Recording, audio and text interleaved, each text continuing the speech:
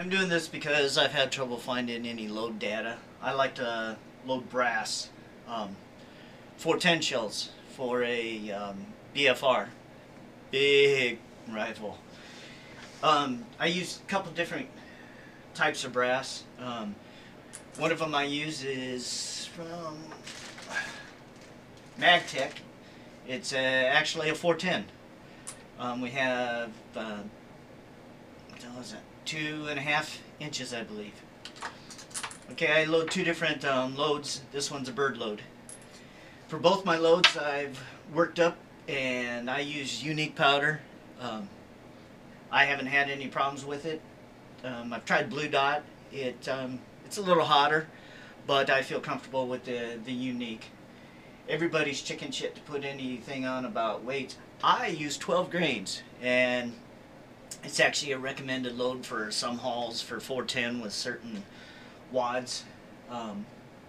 What you have with these, you got a little bit more case capacity because of the thin walls. So actually you get a little bit lower pressure than what the plastic 410 shells have, but they still have a heck of a oomph. Alright, so here's my way to load. I have 12 grains. I spend a night watching TV, and I take a box that bullets come in, whether rifle, pistol, whatever. It's kind of shiny on the one side, cardboard on the other. The wads I'm using are Winchester WAA 410HS wads. Now, since there's more capacity, you have a loose fit, so the base wad on this does not cause any back pressure, so basically it just thumps out the end of the barrel. It's kind of funny actually, but so double check here. Yes, I got powder in there. I sit and watch TV and I trace around a 45 Colt case at night on all these boxes. My wife thinks I'm crazy. Get these things and they're bigger than the case. Yes, I shake a lot. I got a wooden dowel that barely fits in. I have another one that I had made for when the cases were brand new. The other cases, these come already the size you want. The 444 cases that I use, rifle cases that I use for the buckshot loads, they're a little bit smaller at first, so this one is sufficient. But I had to come up with this one. So I just take a dowel rod on the grinder, get it smaller. My hand's in the way, I apologize.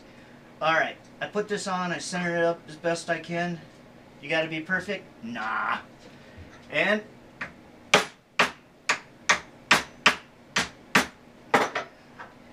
it cuts off the rim of the excess. And what doesn't cut off, you cannot see this. It's dark in there, but it's nice and tight. There's nothing coming on there. Take my wad, drop her down there. Just something to tamp it to make sure that the lip edge, you can see right here, leaves you enough to put a overhead card in it. Alright, then I weigh out my birdshot load after I got all these done. That's what I'm doing here. After all these are done, then I go through and I will set them upright and put birdshot in them. Take one more card, put it on top, tamp it down, cuts off the rim, leaves this just slightly below the surface. And then I use a little bit of Elmer's glue around the top to help seal it in, because when the pistol's going off, it likes to shake these cards quite a bit, and the Elmer glue holds it into place. People use other things. Heck, try it. Whatever you want.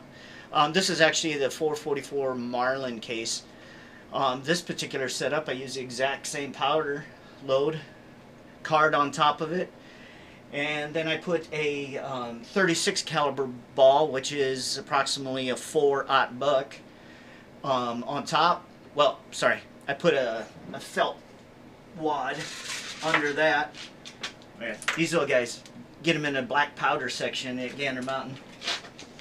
Put that on top of the ball, put the 36 caliber in. It's actually a little tight with one of those between each ball, So I end up, I either use another piece of cardboard, or I found some little felt wads to go under things in a hobby section. Those are very thin. Put a little cushion between your balls. um,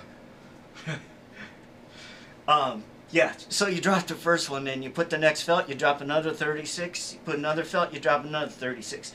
Your ball sticks up just slightly on there. But when you take your next overshot card and you put that on top of that, you take your dowel and just give it a tap to get that on to the inside, cuts off the rim, it all stays nice and compact. One heck of a load. We're getting, from about 20 feet, we're getting the shot to hit a ball like that. I don't know if you can see that. See, like that. Alright. Load at your own risk. I'm not suggesting this load. Disclaimer. But it's really fun. And I've been having a heck of a lot of fun loading these. Oh, something else you get that it took me a while to understand. I don't know if you can see this. See how the top looks a little smaller than the bottom. After you fire it the first time, you'll end up with this because the base is actually the same size as this before shooting it. In the BFR, and I would imagine the Judge, the very back part of the chamber is a little bit bigger for 45 Colt to fit in. And then it tapers down to what it needs to be, 45 caliber barrel.